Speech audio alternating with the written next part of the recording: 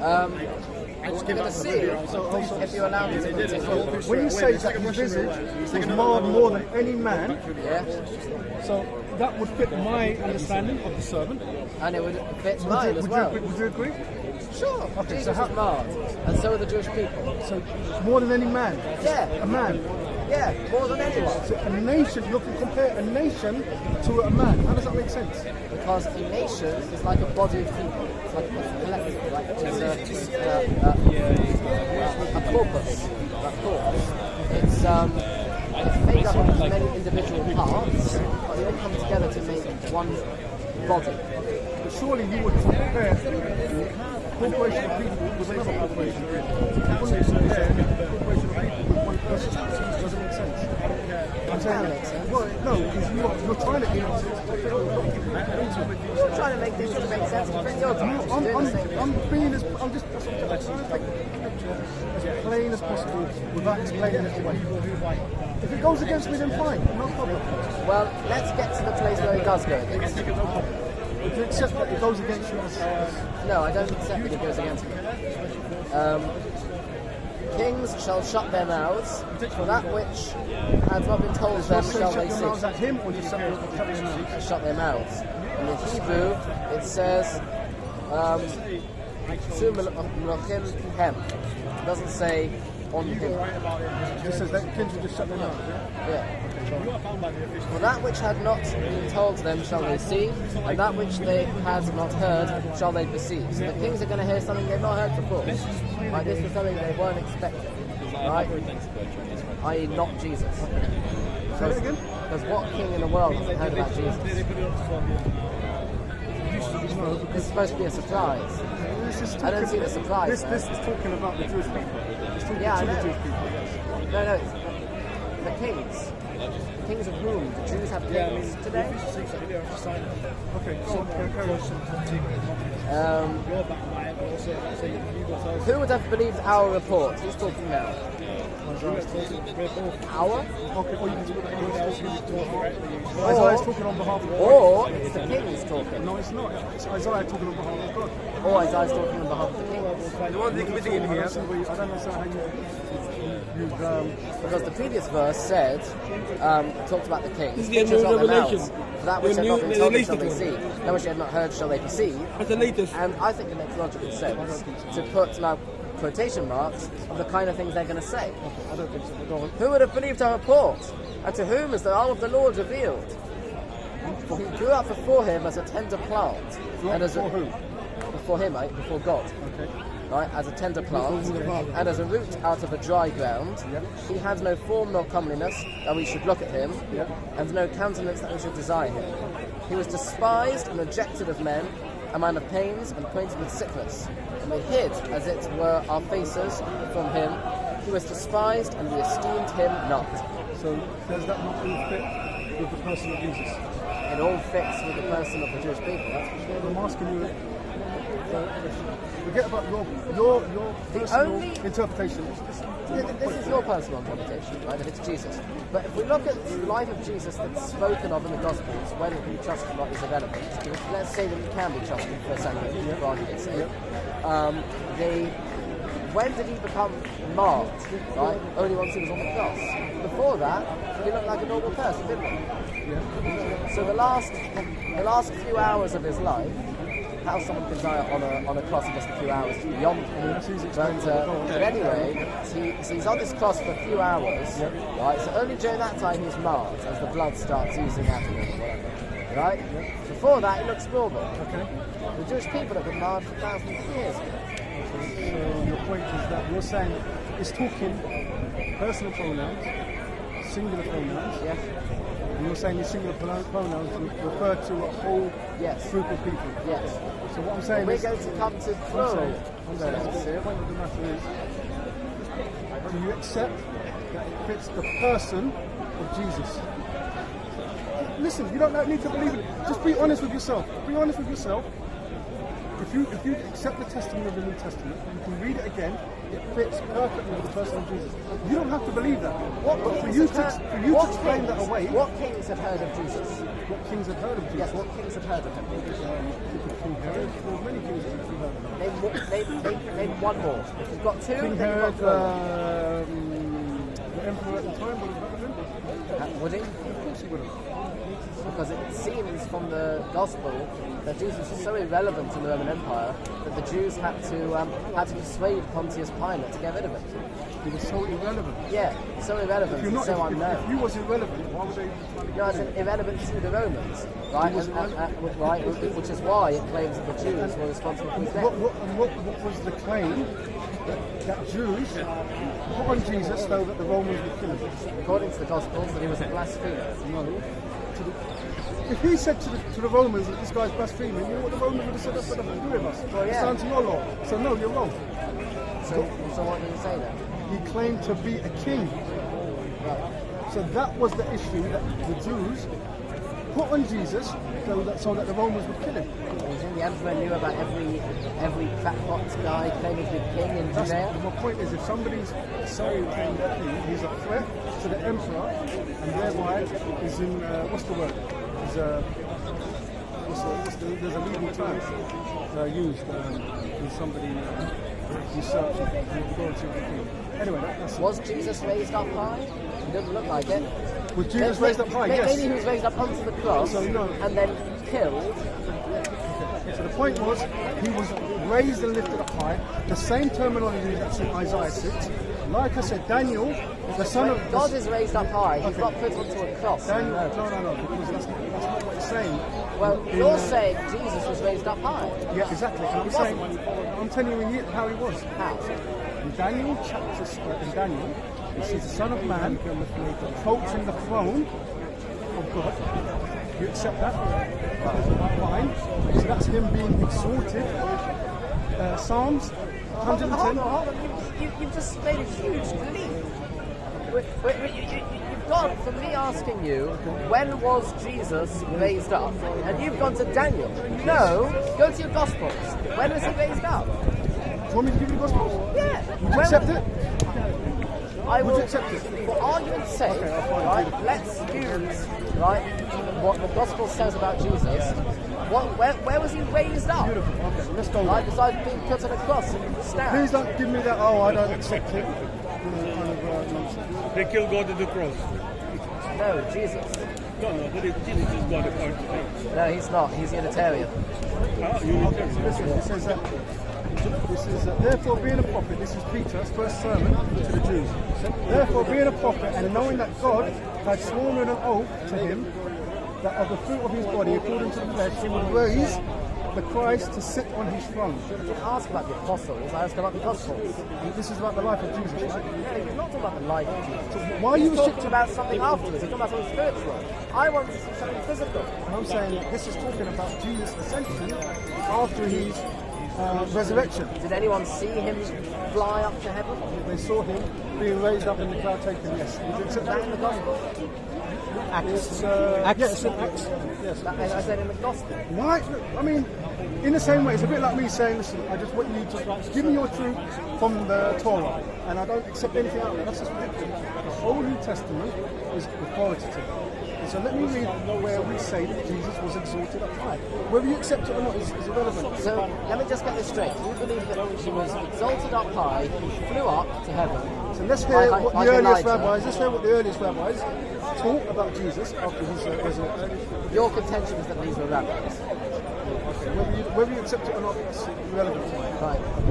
These are Jews who have walked and talked with Jesus. This is the explanation. And he says that this would raise up the Christ to sit on his throne. He foreseeing this, spoke concerning the resurrection of the Christ, that his soul was not left in Hades, nor did his flesh see corruption. This Jesus God has raised up, for which we are witnesses. Therefore, being exalted to the right hand of God, and having received from the Father the promise of the Holy Spirit, he poured out this which you now see and hear. For David did not ascend into heaven, but he said himself, the Lord said to my Lord, sit at my right hand, till I make your enemies your footstool. So we say, as Christians, Jesus is at the right hand of God. That's when he was raised and exalted apart. Whether you accept it or not, this is the earliest Jewish understanding of the life of Jesus after his resurrection. So, Drix, you understand the explanation? Fine, I understand what you're saying. Okay, let's carry And on. I can supplement that with Daniel as well. Fine, let's carry on. But in truth, he has borne our sicknesses and endured our pains. So who's our? Our, who's talking, the kings.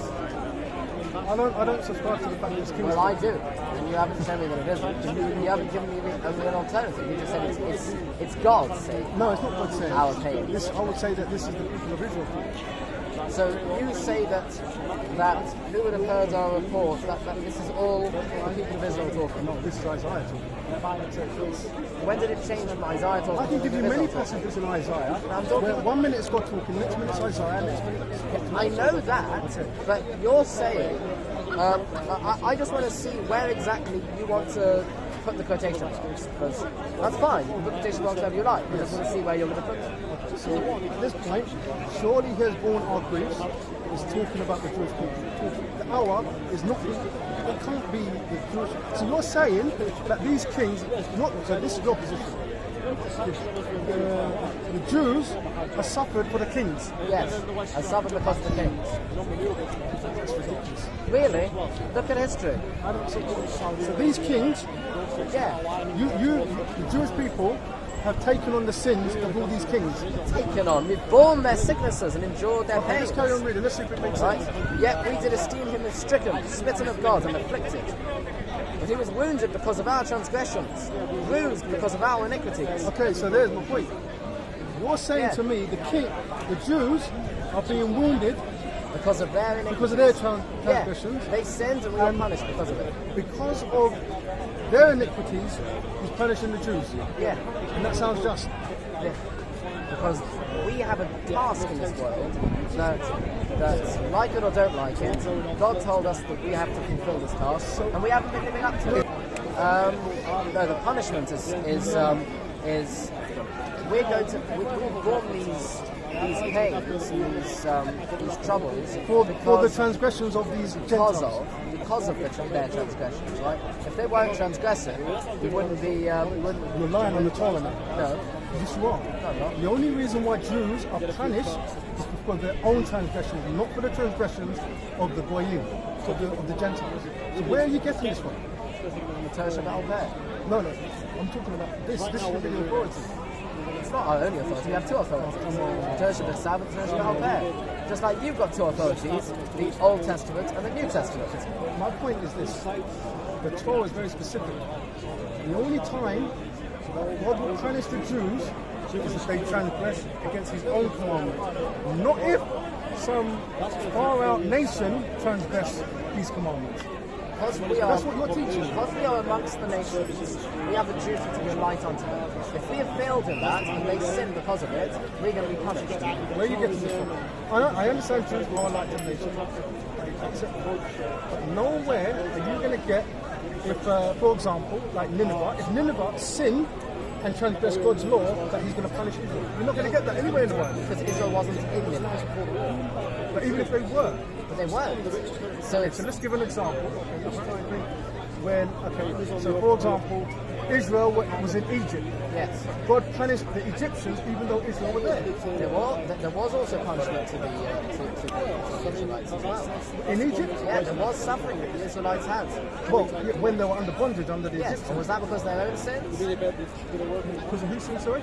Was that because of their own sins that they were afflicted by the Egyptians? The Bible doesn't say whether it's for their own sins. But the point of the matter is there is nowhere that you can teach and you are transgressing. You've gone against the very foundation by saying that God is going to punish the Jewish people because of the sins of people who are not under the covenant. That makes no sense. It's a And this is what you combination. have to do It's a to combination. reject the Messiah. No, it's not true. What you're It's a saying makes no combination sense. of our own sins and also their sins. It doesn't say this there.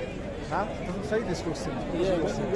What we have that elsewhere. Right? Look, this is the claim you're making. Yeah, no. I know it's a claim that I'm making. You're because I made saying, it. this is what you're saying. These Gentiles, Yes. because of their transgressions, Jews are being punished. That's what you're saying. Yeah, we have suffered because of their sins. This is not what the Torah teaches. You are explicitly going against what the Torah teaches. And you want to say that the Messiah has borne the sins of the world. Listen, that's also against what the Torah teaches. We can go there. I can explain on the plain reading, right? In the Tosha Al-Per we see that actually the Jewish people do suffer not only because of their own sins, but also because of the sins of the nations in which we inhabit. Because we had a duty to try and stop that, and we didn't. Okay, can you show me that in the scriptures? The scriptures. I already told you. So it's not in the authority. You're just saying this from. It's not in an authority that you accept. It's in an authority that I accept. Just like the New Testament is an authority that you accept, but it's not an authority that I accept. So I'm trying to understand what's the benefit of the dialogue to you. You have a fundamental problem with each other's sources. Well, basically, he's trying to convert me, and I defend myself. I'm just trying Do you need defending? Huh? Do you need defending? No, I enjoy it. It's fun. You enjoy defending Yeah, yourself. I enjoy it. Why else would I come here if not to defend myself against Christians and Muslims? I'm trying to say, if you're really honest, you have to accept what you're saying. It makes no sense. You've been, in some way, brainwashed into a position that goes against your very Torah. That's the point I'm trying to make. Because there's nowhere in the Torah, even if you read Ezekiel, it says that he will not punish the sins of the father, the sins of the father onto the sons. It's not fathers or sons. No, but you're going even further, and you're saying, not even distant relatives, the Jews are going to be punished for people that are not even connected to them. And that makes sense to you? It does make sense. It makes perfect sense. There's no point spinning wheels. It makes perfect sense based on He's what the task that we've been chosen. He's suggesting that the source of those sins is the Jews' failure to live up to their duties to God. Correct. That is what he says. He's attempting to speak precisely, but that's what he means. Okay, so even if you're saying that, then that will be a failure of your own sins, and not the sins of people. It'll be your own sins that you're being punished for. No, because we're punished for our own sins, but there's also a thing in which we failed to do our duty. Because we failed to do our duty, the nations that we're under have sinned too, so we're also being punished because of their sins too. Because their sins are kind of like The Jews are so narcissistic that they think that their own failures are causing these sins in the other people, and then they take the burden on for them. We'll go with that. I guess because God said they were chosen or something, and they have a special job. Yeah. I've no issue about Jews being the chosen people. I have an issue. You're making the claim, you're attributing in some sense to the God of Israel. I think you believe that. Yes, and I think to do that is wrong. And I'm saying, even if you don't even want to accept Jesus as the Messiah, I don't think you need to take this position to deny that This position has been taken for a long time. You just haven't heard of it. No, even listen. Okay, my point is, I think it goes against the character of the God that's revealed in Scripture. That's the point. Well, your understanding of it, anyway. Well, you haven't told me from Scripture where I've got that wrong. And you can't. Let's carry on with Isaiah 53, because that's the topic of discussion, right? So he continues, and he says, all we like the sheep chastisement of our peace. Sorry? The chastisement. He was wounded because of our transgressions, bruised because of our iniquities. His sufferings were that we might have peace, and by his injury we are healed. All we like sheep have gone astray. So you're saying the nations are healed because of your injury?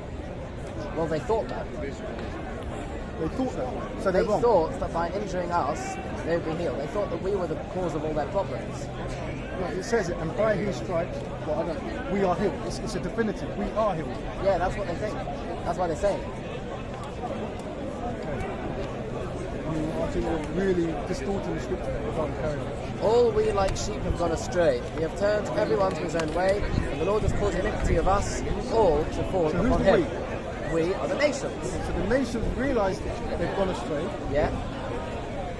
And that our iniquity has caused untold suffering to the Jewish At one people. point you're saying that they're healed. They're making a claim that they're healed, but then they're saying that we've gone astray.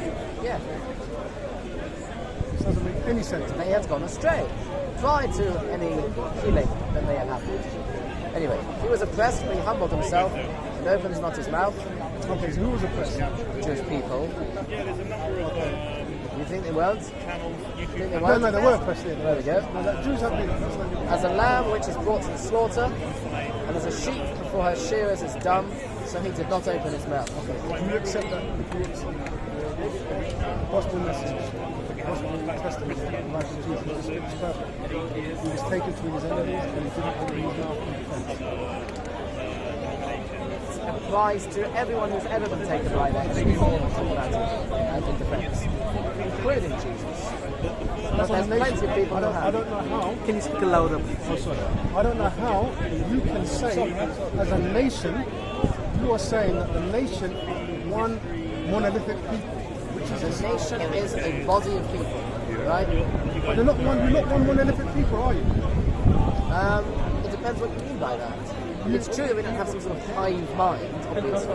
You're not right? one people. You're not. Right? But in God's eyes, we are one people. Are there other eyes that matter? Well, we perceive things differently to how God perceives things. When you say you're one We're people not God. in God's eyes, I mean, can you elaborate? It means that God has founded people who wants to deliver his message to everyone. And Yes. if that people doesn't do its task, that people as a whole, even though there may be some individuals who are doing the right thing, right? If as a whole are not doing the right thing, they will be punished. They are not living up to the task. They have got. Okay. Right? Based on this, saying that it's making a claim that he's done no wrong. And I'm saying that there's no way you can say that as a Jewish people. There's one monolithic people who's done no wrong. No, that's true, but we're not saying that they've done no wrong. We're saying that they've certainly not done it. Hold on, where does it say he's not done Well, I it? mean, Hold the on. context is He that was oppressed, being hungry, was having open of his mouth. It doesn't even say they didn't do anything wrong. it talks to it.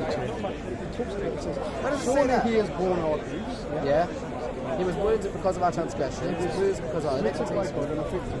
He was wounded by our transgressions. Because of. He was bruised for our iniquities. Because of. Say that again, sorry? Because of, not for. Sorry, which verse is that, sorry? The verse you just read.